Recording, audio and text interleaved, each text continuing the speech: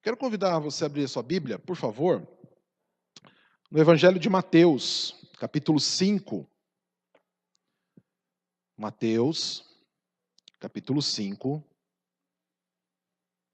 os versos de 13 a 16.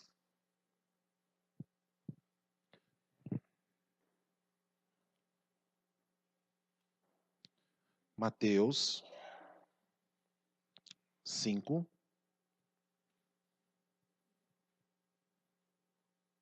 do 13 ao 16. É o comecinho do Sermão da Montanha, logo depois das bem-aventuranças. Achou que o nosso texto aí? Mateus, capítulo 5, os versos de 13 a 16. Diz assim, ó: Vós sois o sal da terra. Ora, se o sal vier a ser insípido, como lhe restaurar o sabor? Para nada mais presta, senão para lançado fora, ser pisado pelos homens. Vós sois a luz do mundo. Não se pode esconder a cidade edificada sobre um monte, nem se acende uma candeia para colocá-la debaixo do alqueire, mas no velador, e alumia a todos os que se encontram na casa. Assim brilhe também a vossa luz diante dos homens, para que vejam as vossas boas obras e glorifiquem o vosso Pai que estás nos céus. Amém? Vamos orar? Pai, fala conosco nessa noite, nós clamamos mais uma vez. Temos insistido em oração, nessa noite estamos orando, ó Pai, porque queremos a Tua presença. O inimigo de nossa alma, o homem da iniquidade, tenta se levantar contra nós, Senhor, e dispersar-nos no aprendizado e no cumprimento daquilo que o Senhor tem para nós. Mas nós pedimos, Senhor, restaura-nos, fortaleça-nos e concede-nos a Tua graça, a graça de entendermos e aprendermos da Tua palavra, no nome de Cristo Jesus. Amém e amém.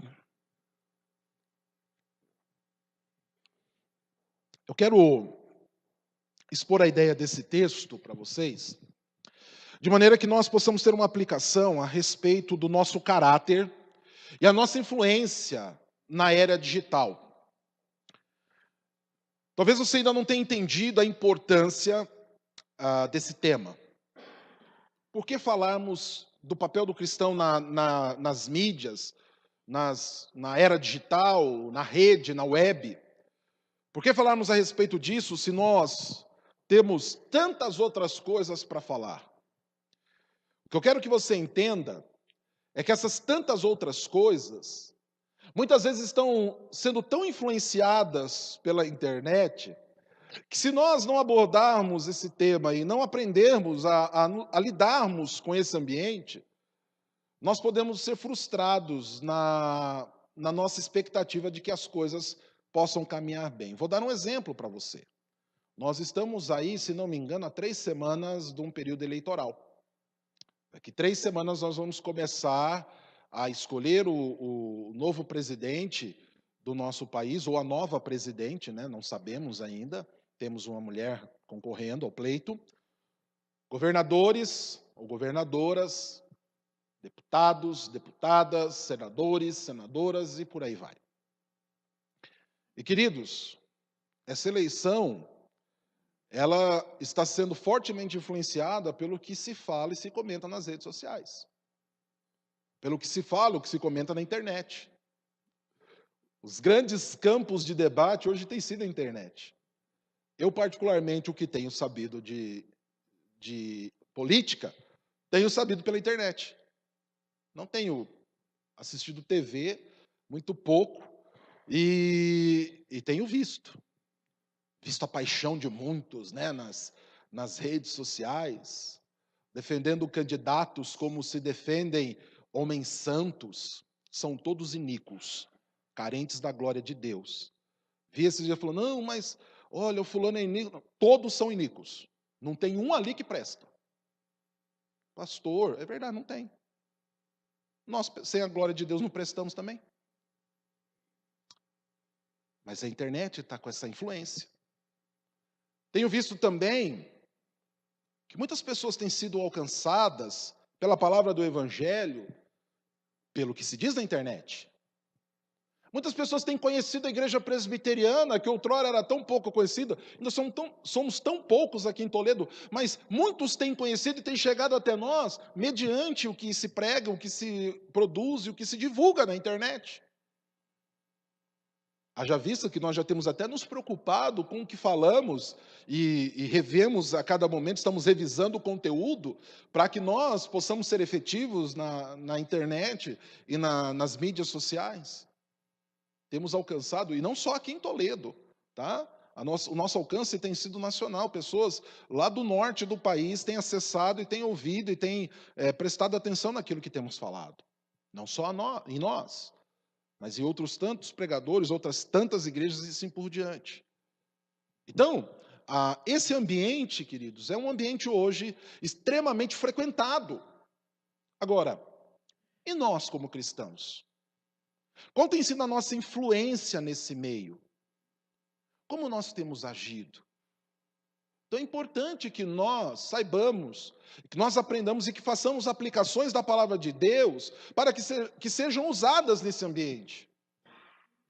Nós estamos aí com um grande desafio: evangelizar os jovens, as novas gerações, que falam, que dialogam, que frequentam mais esse ambiente do que o ambiente externo, do que o ambiente físico, que passam horas a fio diante de um computador, de um celular, de um instrumento digital. E nós podemos e devemos exercer influência, falar com eles, nos comunicarmos, sermos sal e luz neste ambiente. Daí, então, a importância de aprendermos.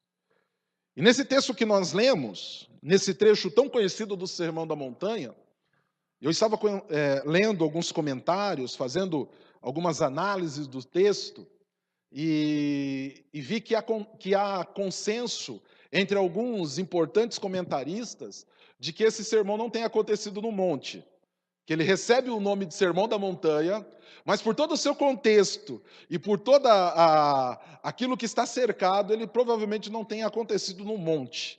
Pastor, mas está escrito aí. Muito provavelmente, muitos autores vão dizer que muito provavelmente esse sermão é uma compilação de vários ensinos de Cristo acontecidos em outros tempos. E quando Mateus foi fazer a sua compilação, ele colocou esse nome, Sermão da Montanha, proferido no monte, né? Nós vamos ver que muito do que está escrito aqui, Lucas vai escrever em um outro ambiente, que não no monte e não da montanha. Muito provavelmente, uma das teorias que se usa é que Mateus quis fazer uma alusão ao sermão de Moisés, que também estava no monte, e trazer, então, fazer uma comparação de importância da palavra que aqui fora pregada. Para nós não importa onde ela foi dita. Se foi na montanha, na planície, tomando um banho no mar, não importa. O que importa para nós é o ensino que ela traz, a verdade que ela expressa para nós. E Jesus, para nos ensinar aqui, ele usa dois elementos muito comuns e, ao mesmo tempo, muito fundamentais às pessoas: o sal e a luz. Ele vai dizer que a nossa ação em nome dele, sobre a face da terra, como mensageiros do reino, deve ser comparada, ou deve ter o poder, a ação do sal e também da luz. E para que nós possamos entender isto, nós precisamos entender algumas coisas a respeito desses dois elementos. Os elementos sal e luz. Já quero adiantar para vocês, eu sei que vocês já ouviram muitos sermões nesse texto. Eu sei que vocês já ouviram também muitas ideias, explanações. Eu quero complementar o que já foi dito. Não descobrir a roda aqui não, tá? Eu não quero desconstruir a ideia. Já falei aqui que o sermão talvez não tenha sido escrito no monte. Isso são teorias, viu, gente? Os estudiosos escrevem ali. Ah, pastor, mas aí está escrito Sermão da Montanha. Creia, é Sermão da Montanha. Se isso é importante, Sermão da Montanha, né? Agora, o que está escrito aqui, eu quero expor para você, complementando algumas ideias, e aí aplicando para o nosso contexto, aplicando para o nosso tema, para a ideia que nós queremos trabalhar. Nós precisamos entender, então, em primeiro lugar, a questão do sal. Por que Jesus usa esse elemento? Por que ele nos chama, dentro do nosso ministério, da nossa vida, sermos como sal? Vamos entender algumas coisas. Primeiro, o sal, no mundo antigo, era um elemento de extremo valor. Era um elemento que tinha um profundo valor, valor monetário mesmo. E ele era usado, inclusive, como moeda. As pessoas eram pagas, muitas vezes, pela sua jornada de trabalho, pagas pelas suas mercadorias, por aquilo que elas faziam, elas recebiam como pagamento o sal. Daí deriva a palavra salário, porque vem do sal, as pessoas recebiam, era um elemento muito importante. Por que ele era importante? Por causa do seu uso, da sua aplicação. O sal era usado no Antigo Testamento também para preparar alimentos. E em pequenas doses, ele era usado também como um fertilizante. O sal era tido também no mundo antigo, em doses acertadas, né? Não sei se naquela época já tinha engenharia agrônoma, né? Se já haviam engenheiros agrônomos, mas eles usavam em doses preparadas o sal como fertilizante. Tanto é que ali, quando diz, vós sois o sal da terra, no grego, da terra, é tesges. E tesges, talvez deva ser lido como para o solo, e não sal da terra. O solo arável, sabe, o solo da agricultura. A ideia ali pode ser essa também. Vós sois o sal da terra, não é assim que a gente lê? Pode ser, vós sois o sal do solo, dessa terra arável, produtiva, que vai florescer coisas boas. E o sal ajudava nisso, como um fertilizante, potencializando a força da planta, que sairia para dar os seus feixes, suas flores e também os seus frutos. Mas, acima de tudo, talvez a função, ou uma das funções mais conhecidas do sal, e essa com certeza você já ouviu, é que o sal era usado como um conservante, como um antisséptico, de modo que os germes latentes nos alimentos, principalmente nas carnes, eram neutralizados no contato com o sal. Esfregar então um pouco de sal na carne faz com que ela demore mais para deteriorar. Os antigos sabiam disso. Não tinha geladeira. O que faziam? Salgava a carne para que ela pudesse durar mais. Pegava a papada do porco, riscava ela, colocava sal, enrolava, pendurava lá, ela ia secando, pingando, você passava com a faca, tirava uma feta, colocava no pão e comia. Quem já fez isso? Ou quem sabia que isso acontecia? É assim. Então ela tem esse poder de conservar, de evitar a deterioração. E falando estritamente, o sal, se você for olhar o sal em si como um elemento, ele não perde a sua salinidade. O cloreto de sódio, que é o composto do sal, ele é um composto estável. Ele por si só não perde o seu sabor. Mas por que Jesus fala que o sal poderia perder o sabor? Vamos entender aqui o contexto. O sal que era usado nesse tempo, não era o sal produto da evaporação da água do mar.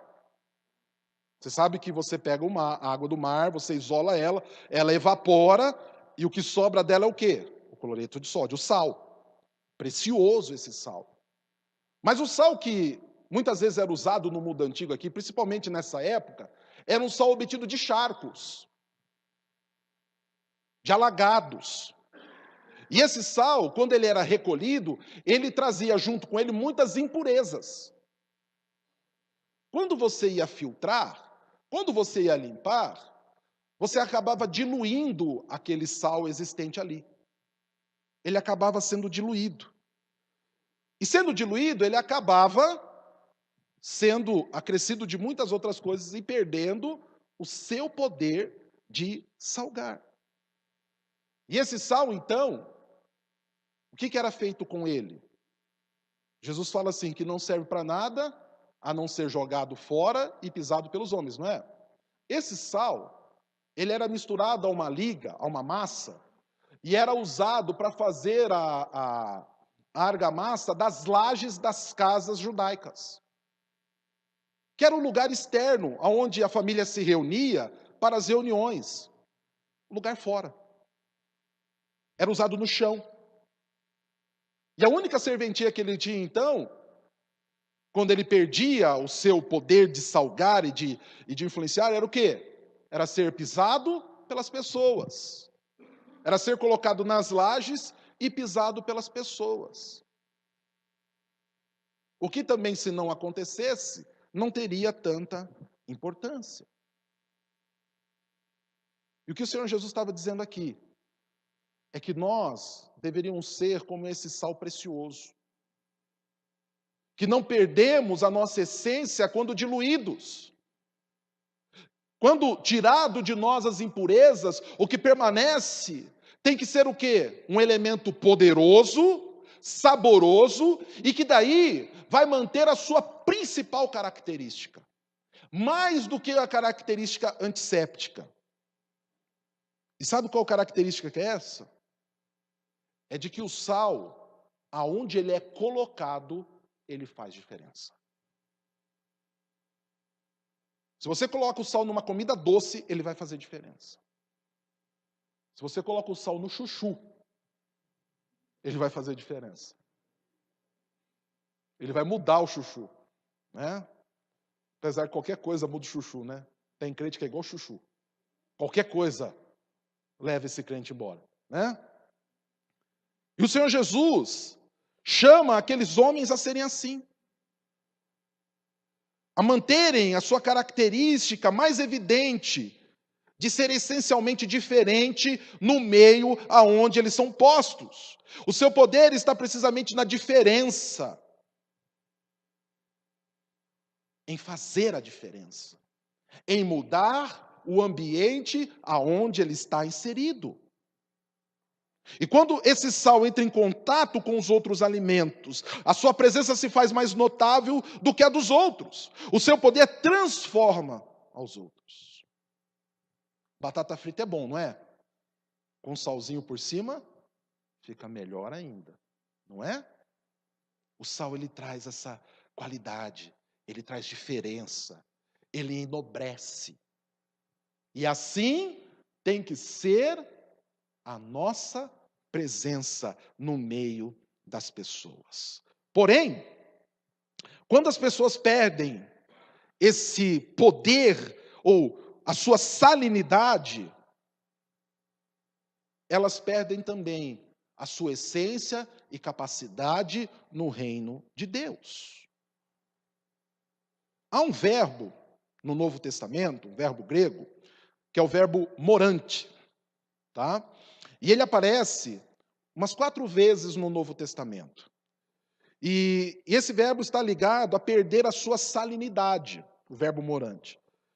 E em Lucas 14:34, ele relaciona-se mais uma vez com o sal. Mas em Romanos 1:22 e 1 Coríntios 1:20, ele tem sentido mais comum, que não é perder a sua salinidade, mas é fazer tolice ou tornar-se tolo.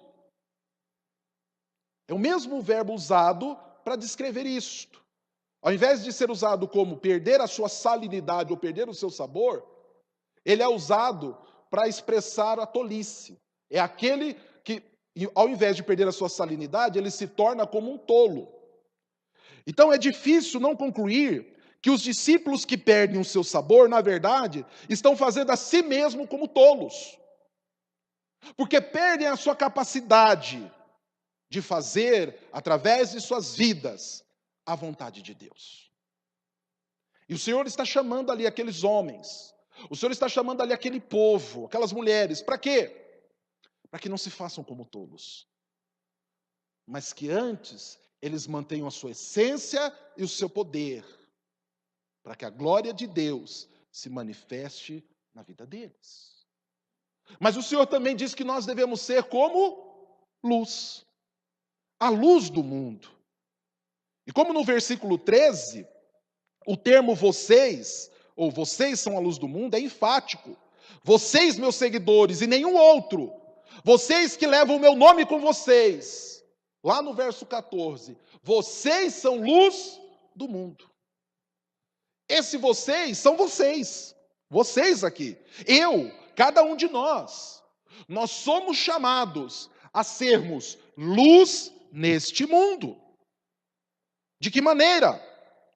Embora os judeus se vissem como luz do mundo, Paulo vai falar disso lá em Romanos 2, principalmente no verso 19, a verdadeira luz do mundo é o servo sofredor. Isaías 42, Isaías 49 fala isso.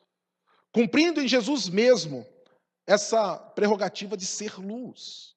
E por derivação, nós, os seus servos, também somos luz. Se ele é luz, eu sou a luz do mundo. Não é isso que o Senhor declara a respeito de vocês? Lembra, dias atrás eu fiz aqui uma série de mensagens a respeito de quem é ele?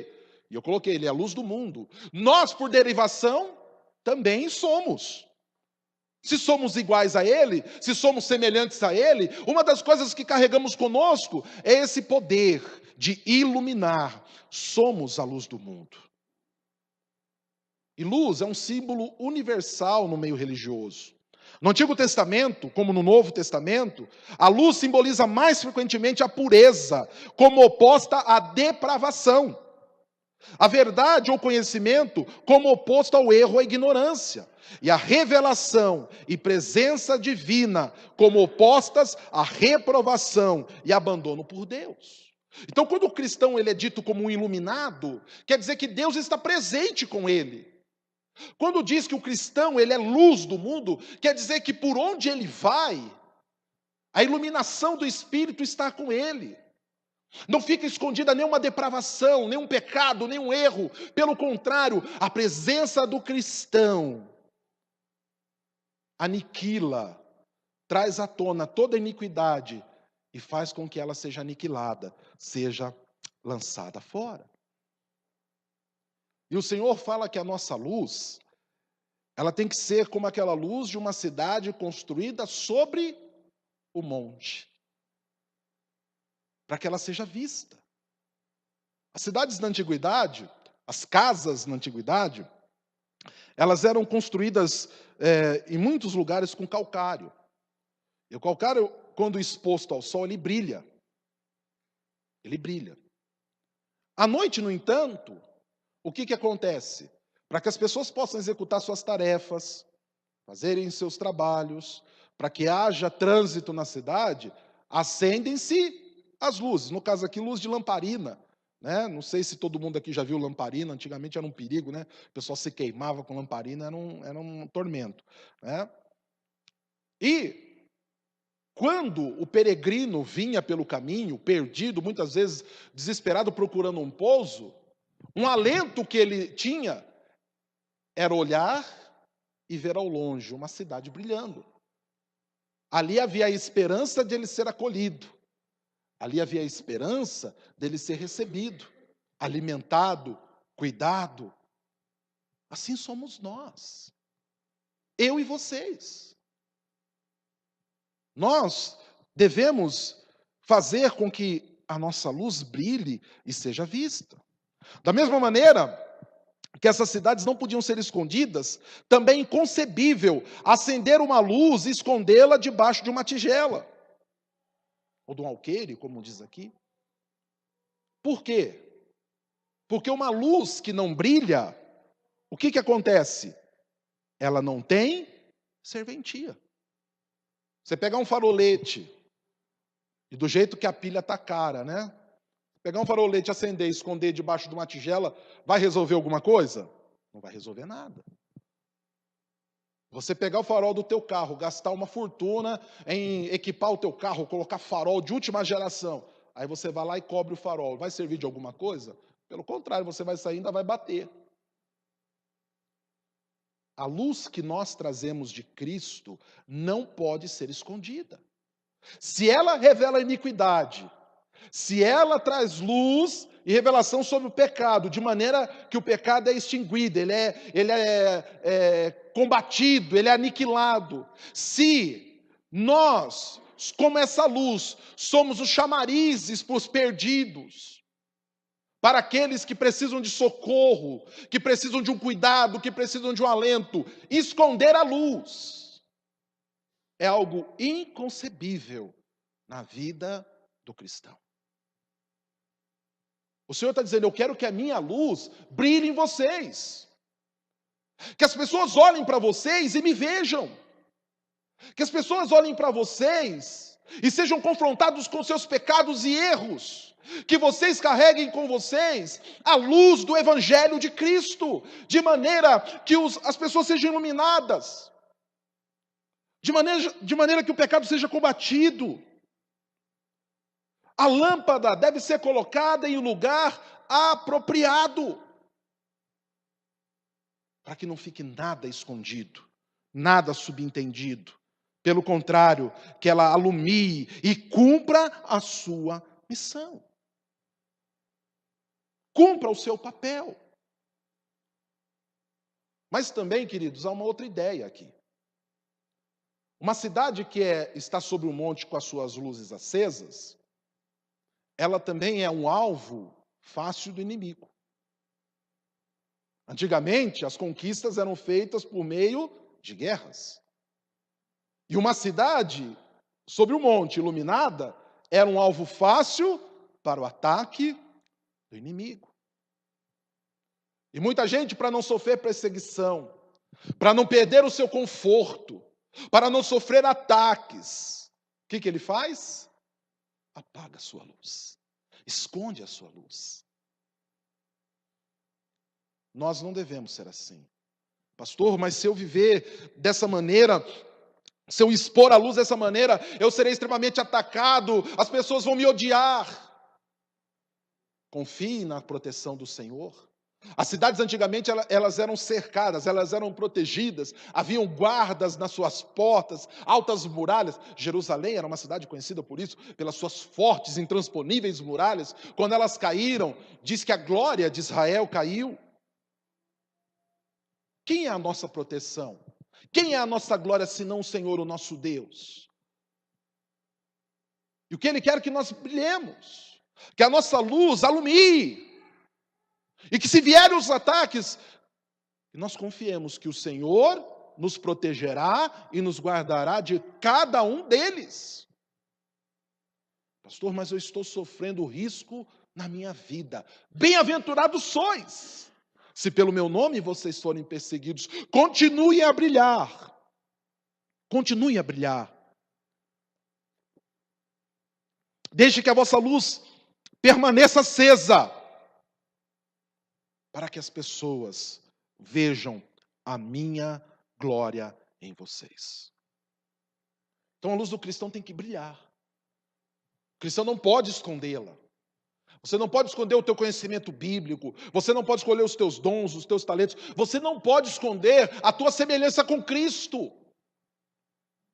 Você não pode fazer isso para ser bem-quisto no meio social onde você está inserido. Você não pode se esconder a luz de Cristo para que você receba uma promoção no teu trabalho. Você não pode esconder a tua luz para ser amado pelos homens. Antes, sejamos odiados por eles, mas reconhecidos como luz, como a verdade de Cristo sobre a face da terra. E o Senhor Jesus ali pregando aqueles homens e mulheres, ele usa desses dois elementos, principalmente para fazer um contraste entre a religião a qual eles conheciam, a religião farisaica, judaizante, morta e que matava, uma religião sem sabor, uma religião sem luz, uma religião que há muito tempo tinha perdido a sua função, contrastando com o reino de Cristo Jesus. saboroso, transformador, regenerador, que ilumina, que guia em momentos difíceis, que livra os nossos pés de tropeçar no momento mau, nos chamando à prática de uma religião verdadeira, à prática de um cristianismo verdadeiro, em contraponto a uma religião falsa, a uma religiosidade falsa. A religião dos homens é um sal insípido que não serve para nada mais, nada menos do que ser pisado pelos homens. A religião dos homens é uma lâmpada fraca colocada debaixo de uma tigela. Mas nós somos chamados a vivermos o cristianismo, o evangelho verdadeiro, daquele que um dia nos amou, nos tirou do império das trevas e que nos chamou para termos sabor, influência e iluminarmos o local aonde nós estamos inseridos. Essa é a ideia contida aqui nesse texto. E com essa exposição, nós podemos tirar as seguintes aplicações para o nosso tema hoje. Que, em primeiro lugar, a nossa presença na rede, ela deve trazer transformação. Pensemos que somos sal da terra e luz do mundo, agora num ambiente digital, 2000 e tantos anos depois, numa nova linguagem, numa nova ambientação, num novo lugar. O que nós devemos fazer? Trazer esses princípios para cá. E o primeiro deles é o da transformação. Assim como o sal transforma o estado do alimento, evitando que o mesmo apodreça facilmente, assim somos nós na rede mundial dos computadores. Tem um monte de conteúdo ruim. O que nós vamos fazer? Entrar com o nosso poder antisséptico, com o nosso poder de transformação, limpando e purificando de todo esse mal, as más informações, as mentiras, as distorções, os males que estão ali inseridos naquele ambiente. A nossa influência digital deve conservar nas pessoas princípios espirituais, éticos e morais, que evitem a deterioração de sua espiritualidade, de suas emoções, de seus relacionamentos e de suas reputações. As palavras que digitamos ali, as coisas que publicamos ali, as que combatemos, as que evitamos, sendo que agentes de transformação, nós devemos dar o sabor do conteúdo da rede. Tem muito crente que quando vai teclar, quando vai interagir na rede social, espalha rancor, inveja, maledicência, mentira, distorções.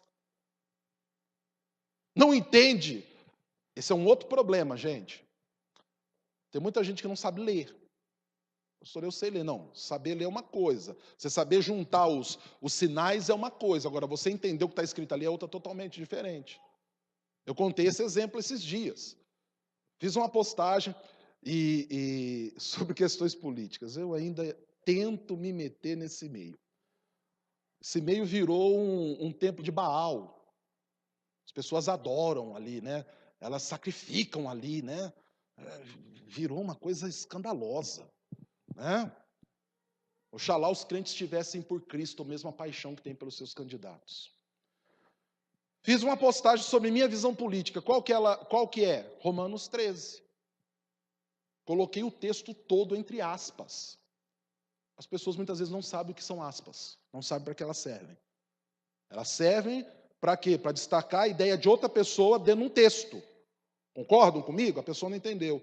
E lá está dizendo que toda autoridade que está lá foi colocada por Deus, que a gente tem que orar por ela, sujeitar. A pessoa me falou que eu nem crente eu sou. Com essas ideias. Mas que ideia, cidadão? E o duro que a pessoa tinha o meu sobrenome. Que ideia, cidadão? Essas ideias de aceitar. Não estou dizendo nada, quem diz isso foi Paulo.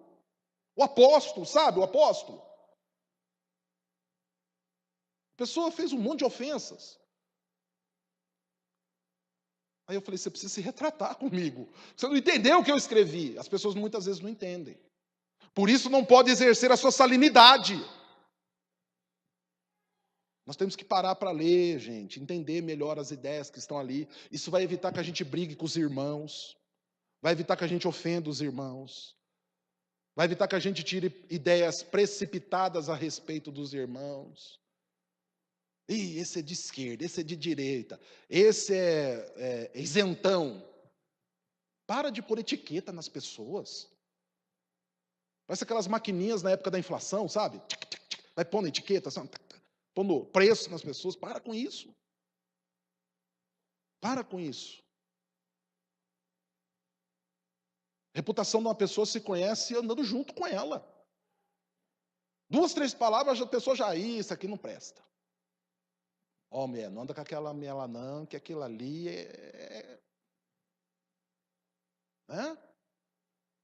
Nós temos que ser agente de transformação. Nós temos que dar sabor. O conteúdo que compartilhamos, os textos que escrevemos, as mensagens que fazemos, tudo deve ter um toque diferente. E fazer a diferença na vida das pessoas. Transformar a vida das pessoas. Para que aquilo ali seja uma bênção. Nós devemos ser também, a nossa influência digital, ser como fertilizantes. Aquilo que vivemos ali deve fazer com que as pessoas floresçam. Que as pessoas tenham força para sair das profundezas do abismo, criarem caules fortes, flores, frutos, que glorifiquem o nome do Senhor. Às vezes nós somos como motosserras. Só vamos podando, só vamos cortando, só vamos destruindo, desmatando. Nós devemos ser agentes de transformação, agentes de Cristo nas redes sociais, de maneira que as pessoas sejam edificadas e transformadas, de maneira que as pessoas possam conhecer o Cristo a quem nós professamos e que nós amamos. Essa aplicação poderia ser feita no nosso ambiente de trabalho, na nossa família, na faculdade onde frequentamos, na escola onde estamos. Em setembro nós estamos trabalhando no ambiente virtual, nessa era digital. Então aplique nessa área. Mas isso aqui é uma lição para a vida. O que o Senhor Jesus estava fazendo aqui nesse Sermão da Montanha era um discipulado para os novos cristãos, para os novos crentes, ensinando-os a não serem mortos na sua religiosidade, mas conduzindo-nos à vida. Se o ambiente virtual hoje é tão usado, sejamos nele o agente de transformação. Em segundo lugar, a nossa presença na rede deve trazer luz. Transformação e luz. Assim como não se esconde uma cidade edificada no alto, também não se pode esconder um verdadeiro cristão nas redes sociais. A sua presença deve ser logo notada. A luz do cristão deve ser o instrumento de Deus para iluminar a tão sombria internet, lugar onde impera todo tipo de escuridão e armadilhas de tropeço. Então, as palavras do crente, suas postagens, seus pensamentos expostos ali, devem ser como um farol que aponta o porto seguro em meio à escuridão do mar da vida. E esse porto é Jesus. Então, a nossa interação, as nossas palavras têm que apontar a Cristo. Nós somos como um farol. A internet é um mar escuro. Há muitas pessoas perdidas ali. O que nós fazemos? Iluminamos e apontamos para Cristo. Apontamos para Ele. Então, quando você vai escrever um texto, vai compartilhar algo, quando você vai interagir com alguém, lá no grupo da família, no grupo dos amigos, no grupo do pessoal do clube, seja a luz. Seja a luz. Aponte para Cristo. Mostre através das tuas interações a Cristo. Às vezes a gente perde tanto tempo com piadinha. Eu mando um monte de piada no grupo da família. Minha mãe falou que não, que nós temos um grupo da família, né? Só ali os mais restritos. Esse dia eu falei, mãe, põe mais parente. Ela falou, não põe, eu tenho vergonha. Eu falei, por quê, mãe? Não, vocês mandam muita bobeira. Bobeira, gente, não é pornografia, nada. É piada mesmo, a gente manda as piadas, tira sarro um irmão do outro, aquelas coisas todas que a gente faz, né? Mãe, põe mais parente. Não, vou pôr não, tenho vergonha. Não tem problema você ter bom humor. Agora, meu grupo familiar tem um outro pastor, né? Então não espere que eu vá evangelizar o outro pastor, né? De vez em quando a gente debate algumas coisas ali, tá?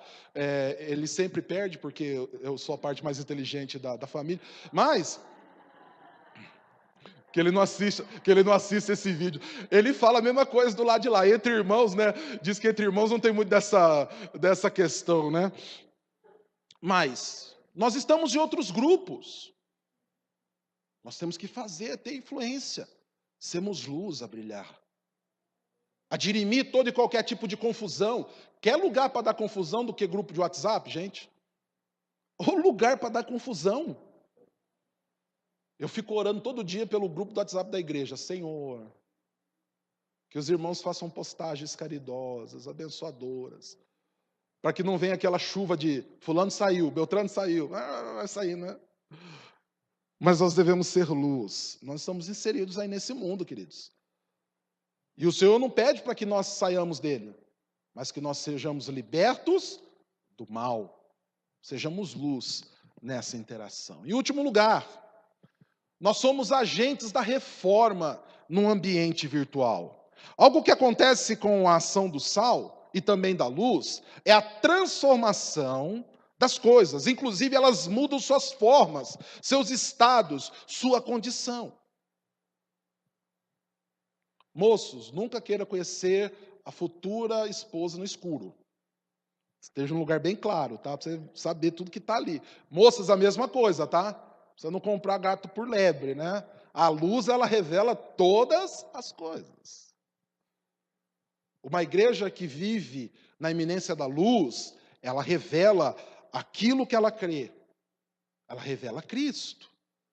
Então, o sal e a luz, ele tem essa capacidade de transformar. Nós devemos ser assim também em nossa vida e influência digital. Somos os agentes da transformação, somos a reforma aonde há degradação, a fraqueza moral, a falta dos bons costumes. Hoje a igreja está plenamente inserida na internet. Nós temos grupo de sociedade interna, nós temos página da nossa sociedade interna em rede social, nós temos página da igreja, nós temos site, nós temos em outras redes sociais, nós estamos aí inteiramente inseridos. E nós somos os agentes da transformação. Como um dia o sistema precisou ser reformado, e homens movidos pelo Espírito Santo tiveram a coragem de se levantar contra os erros, a falta de luz doutrinária e a falta de sabor da igreja no mundo, nós hoje somos chamados a fazer o mesmo em uma era digital e impessoal. Somos reformados, sempre reformando, trazendo conservação do Espírito e da palavra ao mundo, e luz das Escrituras às regiões das trevas. Não somos amoldados pelo presente século, não tomamos a forma deste mundo. Por isso, um dos nossos lemas é Romanos 12, verso 2. E não vos conformeis com este século, e não vos conformeis com esse conteúdo da internet, com esse ambiente virtual, mas transformai-vos pela renovação da vossa mente, para que experimenteis qual seja a boa, agradável e perfeita vontade de Deus. E que sejamos também o ambiente de transformação. Que as pessoas se constranjam em compartilhar um conteúdo iníquo quando nós estamos ali presentes. Que as pessoas se constranjam em viver algo iníquo na rede quando nós estamos presentes. Quando nós estamos num grupo, participando, que as pessoas sejam inibidas com isso. A presença do cristão tem que constranger, não para o mal, mas para o bem. Nós somos chamados à reforma. Como um dia grandes homens o fizeram, e são conhecidos hoje como grandes porque um dia fizeram. Nós hoje somos chamados a fazer, para que um dia, se assim Deus permitir, os nossos nomes também sejam reconhecidos como grandes. Porque não deixamos de cumprir o nosso papel, não cruzamos os nossos braços, não nos acovardamos, mas antes fizemos aquilo que o Senhor deseja de cada um de nós. Igreja reformada, sempre reformando.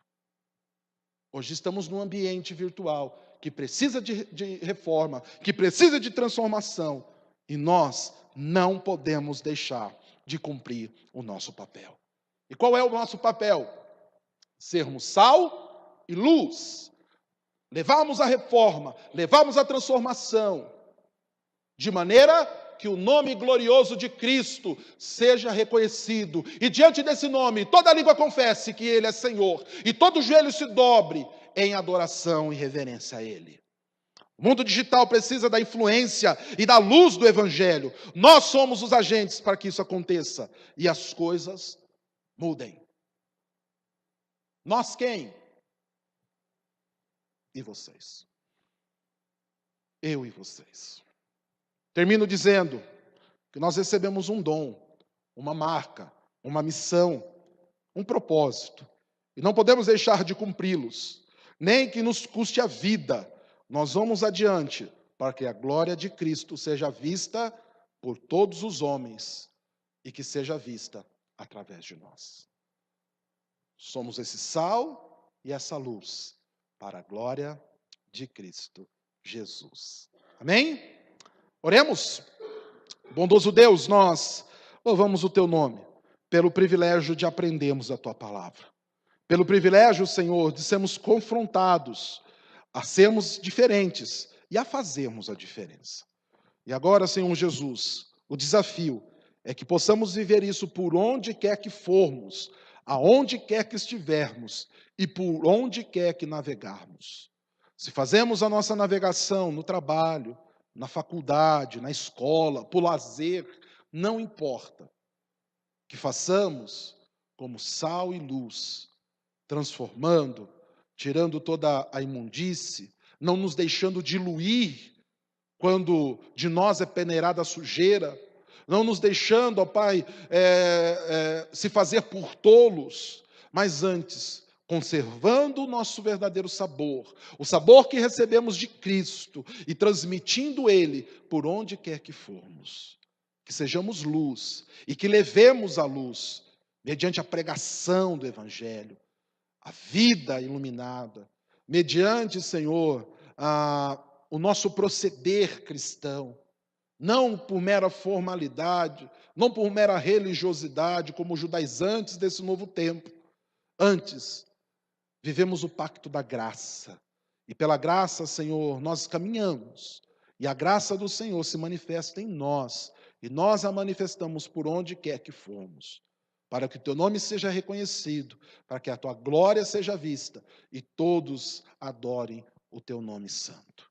Que sejamos esses agentes transformadores. E que sejamos, ó Pai, a alegria do Senhor sobre a face da terra. A menina dos Teus olhos. No nome santo de Cristo Jesus. Nos fortaleça na nossa caminhada. Teremos, ó Pai, dias difíceis pela frente. Uma semana de trabalho, muitas lutas. Mas que nós não esmoreçamos. Pelo contrário, que batalhemos pela fé. Em nome de Cristo Jesus. Amém e amém. E que a graça do nosso poderoso e santo Deus, o amor de Cristo Jesus, o consolo e a presença do Espírito Santo seja derramada sobre as nossas vidas, nos ajudando a sermos sal e luz, nos ajudando na nossa caminhada, no nome de Cristo Jesus. Amém e amém.